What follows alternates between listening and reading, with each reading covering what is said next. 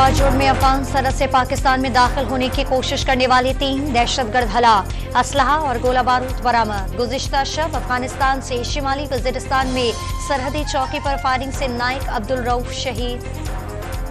पाकिस्तान में साल 2023 का सूरज अपने साथ कई खुशगवार और तल्ख यादें लिए गुरूब हो गया। शहरियों ने नए साल को खुशामदीद कहने के लिए तफरीही मकामात का रुख कर लिया।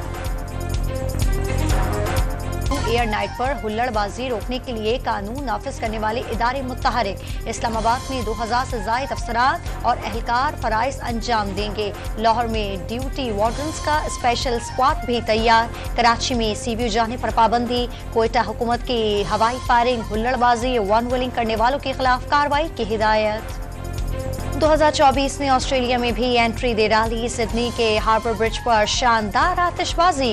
न्यूजीलैंड में ऑकलैंड का स्काई टावर रोशनियों में नहा गया। लाहौर के इलाके चोंग में तहरीक कत्ल का मुलजिमा साबिक शौहर के कत्ल में भी मुलविस निकले। मौजूदा शौहर की मदद से साबिक खावंद को कत्ल कराया, मुलजिमा का पुलिस को बयान। एक तरफ 9 मई, दूसरी तरफ 28 मई वाले हैं। एक और पार्टी भी मुकाबले में जिसने कराची को खंडर बना दिया। लीगी रहनुमा साद रफीक का कारकुनों से खिताब। जमात पीपल्स पार्टी के बगैर हुकूमत नहीं बना सकती। यूसुफ रजा गिलानी का दावा। सबके लिए यकसा लेवल प्लेइंग फील्ड का मुतालबा कर दिया।